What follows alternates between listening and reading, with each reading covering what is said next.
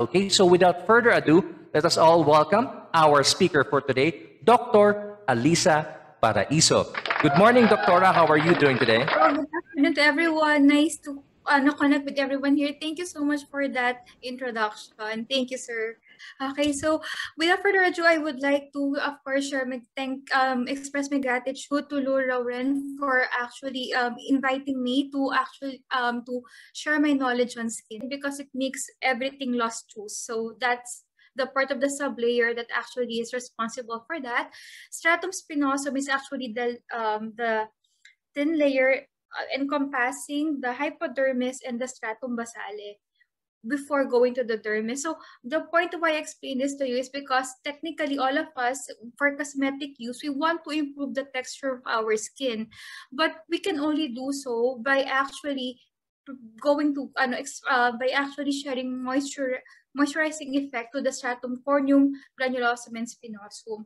So yun na po yun. So the reason why we use products to improve the turgor as well as lift the skin tightening effect. Okay, and also just to also share that maybe the reason why Bello and Ivy Clinic now, they're very popular because they do give a lot of aesthetic advantage, in a sense that their products are not only based on the topical or yun nga po sa stratum, it's also encompasses the stratum basal. That's why if you have stretch marks, if you have birthmarks, or if you have scar tissue that you want to remove from your skin, you need to go do an invasive procedure such as laser or kaya derma rolling that will improve the texture of your skin. Okay, next slide, please. Okay, so how do we care about the skin? So for everyone, I want to make a very standardized and easy approach. So skin, I try to put the acronym SKIN. So S stands for sunscreen, K is being keen on the cosmetic products, I is for indulging in water, and N is for nourishment. So okay, next slide. Okay, so for sunscreen and sunblock, actually there is a difference. People tend to think that aren't they the same? Yes, we've been all taught that sunscreen or sunblock is important, but exactly why? Okay, is it just a marketing ploy? What is the basis behind that? So next slide, please. Okay, so sunblock and sunscreen. As you know, there is actually two layers from the sun. There is ultraviolet A, which is actually the more minimal, I mean to say na beneficial rather, aspect in receiving sunlight. Okay, this is actually activates the vitamin D in the skin that actually contributes to healthy bones in our body. Kaya nga po, even sa babies, pinapaarawan para hindi manilaw. That's the basis. It's the UV rays that is actually important health-wise. And then there's also UVB, which is the harmful rays of the sun. So I'm now holding this sunscreen. So it is very important for us to incorporate sunblock or sunscreen because it causes premature aging. Direct sun exposure allows you to have exposure to UVB. What happens to UVB, as you can see in the picture that is shown, it penetrates the deep layers of the skin, in particular the elastic fibers that was shown before, like the stratum basale. It encompasses that layer, and what happens if it hits the elastic fiber of the skin, it makes the skin lose turgor, so it causes dryness, and it causes it to fall instead of lifting it up. That is why for women who are aging, they would first take notice of the premature effect of aging here around the eyelids area, because as you know, the thinnest part of the face is the one around the eyes. That's why a lot of cosmetics, they would often caution women that they're not supposed to put so much products around the eye because it's a very sensitive spot.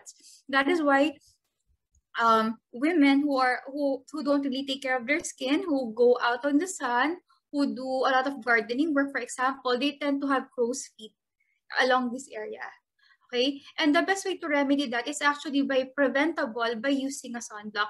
So what sunblock should we use? There was a time po before COVID that, di ba po, maraming merchandise that they promised na 100 SPF, 100,000 SPF, but that's not true. Product-wise and medical-wise, the best sunblock or sunscreen to use is the one that has SPF 30. SPF 30 and above is actually the best. SPF stands for sun protection factor. SPF 100, SPF 1000, there is nothing like such as that. And the idea behind it is that 30, 45, for example, it takes 30 times more for the sun rays to penetrate the deeper layer of the skin. That's why it causes a very protection. It delivers a very protective effect. So opt to choose a sunblock that has 30 and above SPF factor.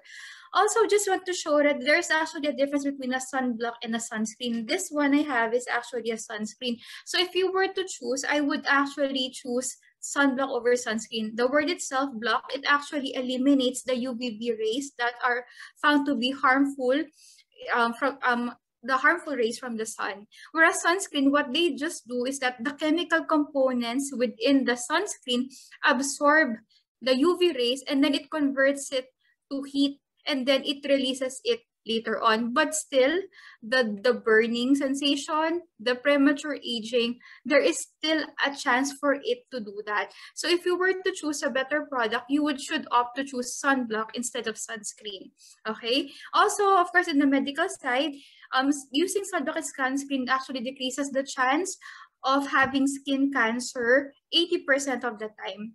And also malignant melanoma. And usually among us in Asians, this is very rare, but among Caucasians, na mahilig po mag-suntan, mag-sunbathe, 95% increase po sila because of their intense exposure in the sun and their prevention to use sunblocks and sunscreen. So you always have to incorporate this in your skincare routine if you want to look young. Okay, for next slide, please.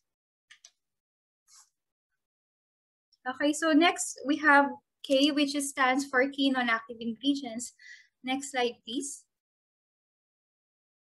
Okay, so we just want to, I think these are very technical terms that not all of us are familiar with, but I'll go one by one on it and how it is important.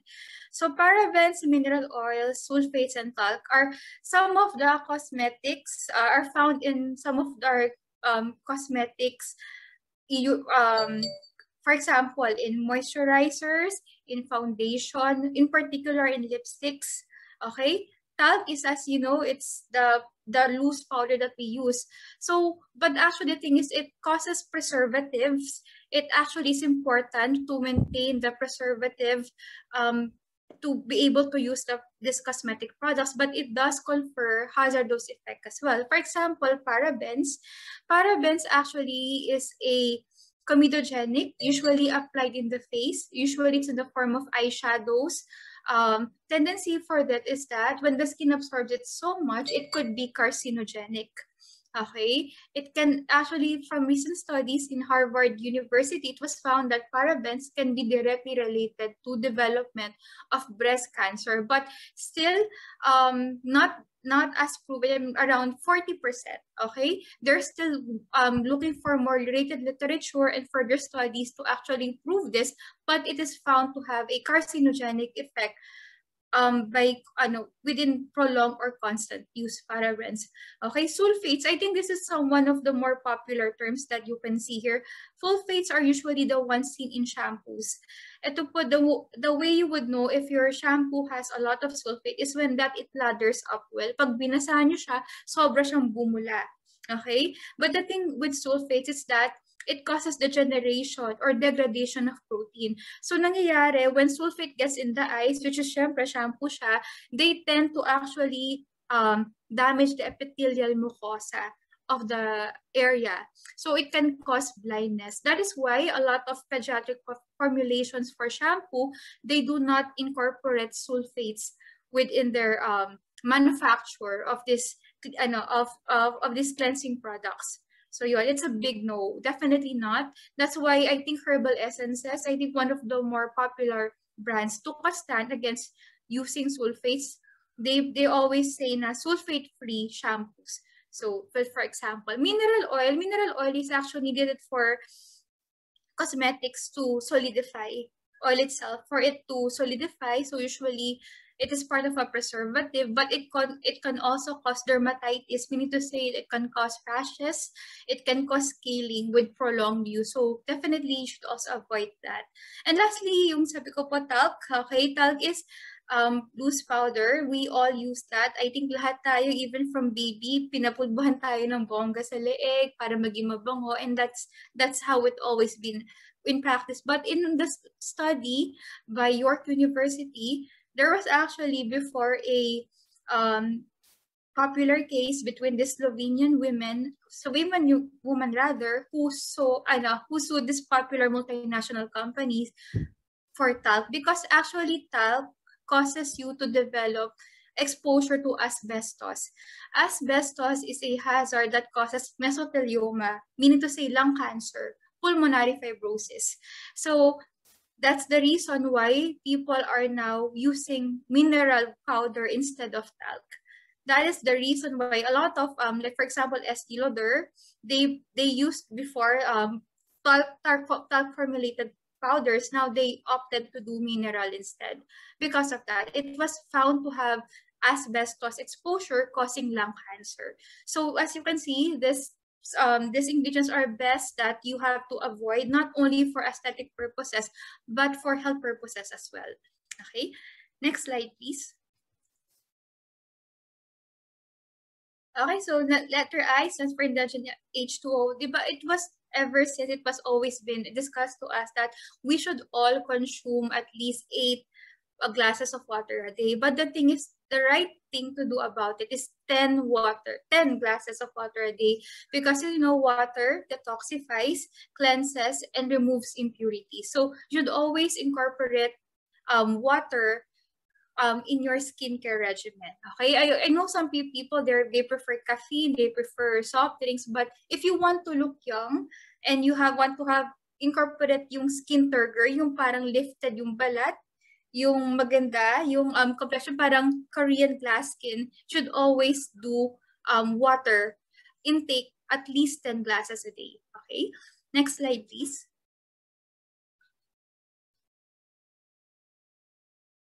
So yun po again, just reiterating, to flush out toxins and to improve skin complexion, water. Please take 10 glasses of water a day. Next slide, please. Okay, so we have N for Nourish. So I'd like to show you 2 products. We have the serum and we also have the moisturizer. Next slide, please. Okay, as you can see, what is the difference? Aren't they the same? Parang, diba in Korea they use that? Nakikita natin sa K-drama, don't they apply the same? Actually, it's 2 different things. Moisturizer, as you know, has a more creamier consistency to it. Ito yung laging puti, basta lagi siyang may color. Whereas serum usually is translucent, kaya para siyang water-like gel. So what is the better? What is the one that you should use better? It actually depends all on your skin type. As you can see, there's normal dry, normal oily, and oily. How can you know if you're normal dry, or oily? Depends on your T-zone. So the T-zone, if you can see me in the monitor, is actually the forehead, the nasal bridge up to the mandible area. So this is it. If you tend to perspire on that area, it means to say that you have combination skin. Okay, if there is no perspiration, meaning to say you don't experience sweat within the entire face, it's usually dry. Okay, but if you experience oiliness all over the face, it means to say that you have oily skin. So what do you use? If you have dry skin, you should use moisturizer. Moisturizer is not good in a sense that it only locks in moisture, so only the superficial layer. Okay, it doesn't really penetrate on the deeper layers. That's why it has a very creamy consistency. The creamy consistency prevents it from going to the other layers of the skin. As you know, I showed it in the very first slide that there's actually 4 layers to the skin. So if you want to be adequately nourished, you have to choose to do serum. Serum is actually, as you know, very light. It's watery like consistency na medyo oily, but it penetrates at the deeper layer of the skin. So if you're actually looking for skincare regimen that is anti-aging, you should actually choose to have serums. Okay, ito yung mga Korean products. Nakikita natin yung Innisfree, Face Shop. as you would know, if you would even take notice, the merchandise they share is usually serum-based, not moisturizer. Because they know in the general population, in the market, the more beneficial to use is actually the serum. But the only reason why we opt to do moisturizer is that when you have dry skin, like yung chop, nakikita niyo po, I think it happens to most of us, and we have scaling, lagi siya nagbabakbak. That's the time you do moisturizer because it actually locks in the moisture, preventing chapped skin to happen. O kaya yung mga burns, yung mga prominent sa windburns, mag-best po ang moisturizer. But if you want to take the anti-aging route, then I prefer, and I actually would heavily endorse to use serum instead. Okay? Ang pinaka-best po is actually snail-based and also yung olive oil-based serum based on studies. Yes. Okay, just want to share that tidbit. I think that was my last slide. Thank you so much for listening. So if you have further questions, I'll just say regarding any clarifications of the things I have presented. Thank you so much.